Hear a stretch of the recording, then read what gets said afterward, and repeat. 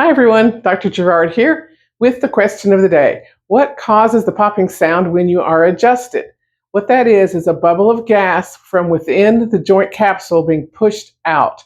And as it comes through the joint capsule, it makes a noise.